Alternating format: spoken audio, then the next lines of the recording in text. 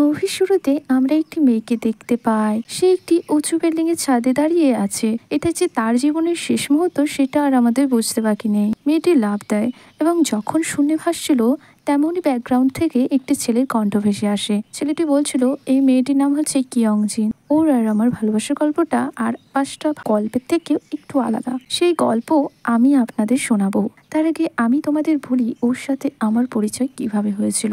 তো ঘটনা চলে যায় ফ্ল্যাশব্যাকে। একটা চোর একজনের পার্সব্যাগ নিয়ে পালাচ্ছিল। তো আমরা দেখি ওই চোরটির পিছনে একটি ছেলে দৌড়াচ্ছিল। এই ছেলেটির নাম মিয়াংহু। আর সেখানে উপস্থিত ছিল সেই মেয়েটি। কিন্তু সেই মেয়েটা ভুল ভাবে যে মিয়াংহুই হচ্ছে চোর। তো মিয়াংহু তখন পিছন ফিরে বলে, তুমি আমার পিছনে কেন দৌড়াচ্ছ? চোর তোর সামনে। কিন্তু কিয়ং মিয়াংহুকেই ধরে। তো পরে তাকে থানায় নিয়ে চলে আসে। মূলত কিয়ং ছিল একজন পুলিশ অফিসার।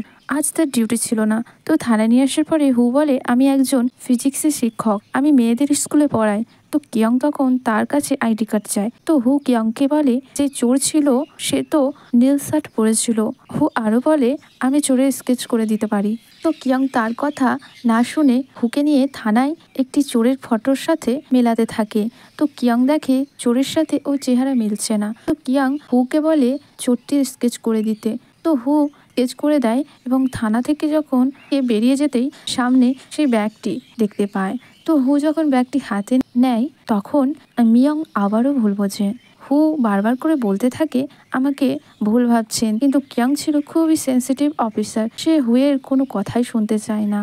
তো সে মিয়ংকে টানতে টানতে আবারও থানায় নিয়ে আসে। তো থানায় ঢুকে দেখতে পায় হুয়ের সেই স্কেচ করা অনুযায়ী চোরটি ধরা পড়েছে।